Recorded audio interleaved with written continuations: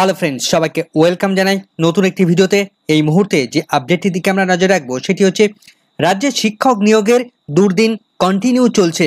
এমতো পরিস্থিতিতে দাঁড়িয়ে প্রাথমিক বিদ্যালয়ে শিক্ষকের সংখ্যা পূর্বের তুলনায় বৃদ্ধি পেয়েছে।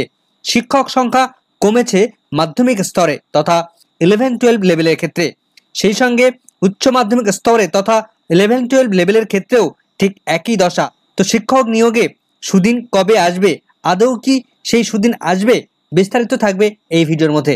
তার আগে বলে রাখবো বন্ধুরা, যারা চ্যানেলটিতে নতুন আছেন অবশ্যই একটু সাবস্ক্রাইব করে রাখার অনুরোধ রইল এবং পাশে থাকা বেল আইকনটি অবশ্যই অন করে রাখবেন পরবর্তী ধরনের আপডেট সঙ্গে সঙ্গে পাওয়ার জন্য, এবং অবশ্যই একটু লাইক করে যাবেন। তো চলুন বিস্তারিত আমরা জেনে নিই।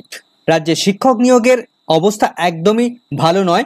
বিশেষ করে স্কুল সার্ভিস কমিশনের মাধ্যমে নবম, দশম ও একাদশ দ্বাদশের শিক্ষক নিয়োগের দুর্দশা দীর্ঘদিন ধরে, এবং আপার প্রাইমারি লেভেলের ক্ষেত্রেও দীর্ঘদিন ধরে সেই দুর্দশা চলছে।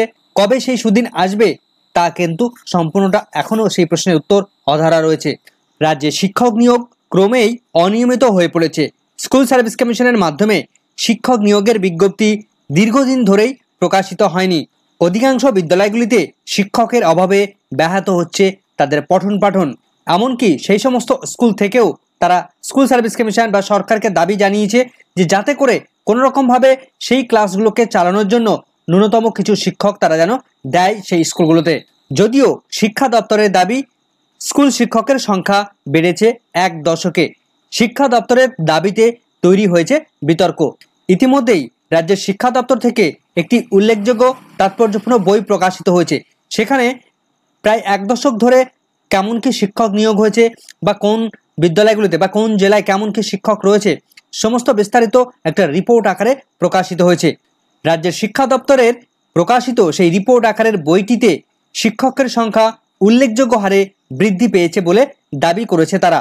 সেই রিপোর্টের পরিসংখ্যান অনুসারে উচ্চ প্রাথমিক এবং মাধ্যমিক এই দুটো স্তরে মিলিয়ে 2011 সাল থেকে 2012 সালের মধ্যে সেই সময় যে শিক্ষকের পরিমাণ ছিল তার টোটাল সংখ্যা গিয়ে দাঁড়িয়েছে 1,67,442 জন।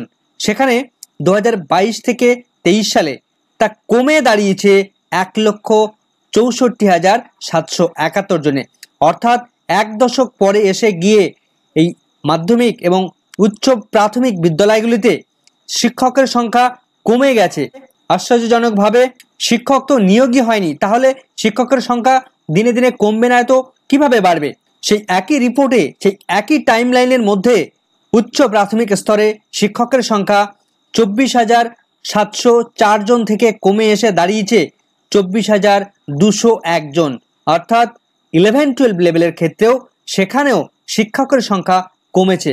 কেননা শুধুমাত্র একবারই তো 2016 সালে রিক্রুটমেন্ট করেছে স্কুল সার্ভিস কমিশন। তাহলে এতদিনে সমস্ত স্কুলগুলোতে প্রচুর পরিমাণে শিক্ষকরা রিটায়ার করেছে। বিভিন্ন স্কুলের টিচারদের অন্য জায়গায় ট্রান্সফার করে দেওয়া হয়েছে। নতুন নতুন স্কুল তৈরি হয়েছে, প্রতিটি স্কুলে নতুন নতুন ব্রাঞ্চ তৈরি হয়েছে। তার ফলে শিক্ষকের তো একটা ঘাটতি হবেই। এমনকি সেখানে শিক্ষকের নিয়োগের তুলনায় শিক্ষক ক্রমে আরও কমতে শুরু করেছে। তবে অন্যদিকে প্রাথমিক স্কুলগুলির ক্ষেত্রে শিক্ষকের সংখ্যা কিছুটা হলেও বেড়েছে। 2011-12 সালে এই স্তরে অর্থাৎ প্রাথমিক স্তরে শিক্ষকের সংখ্যা ছিল 1,90,704 জন।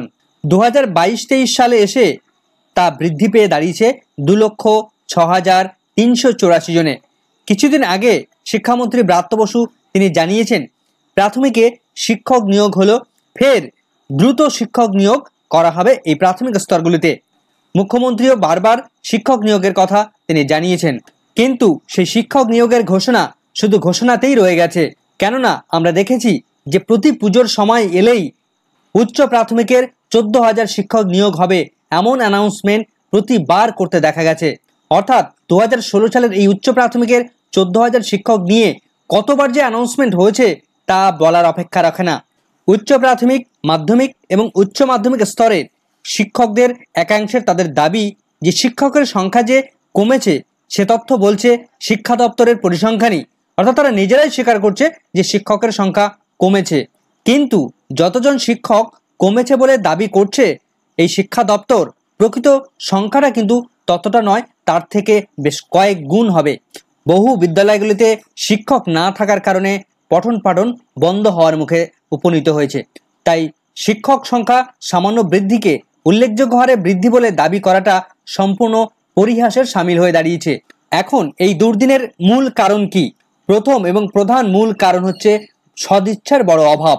স্কুল সার্ভিস কমিশন বা প্রাথমিক শিক্ষা পর্ষদ সে যাই হোক না কেন, তাদের যদি সদিচ্ছা না থাকে তাহলে কে রিক্রুটমেন্ট করবে?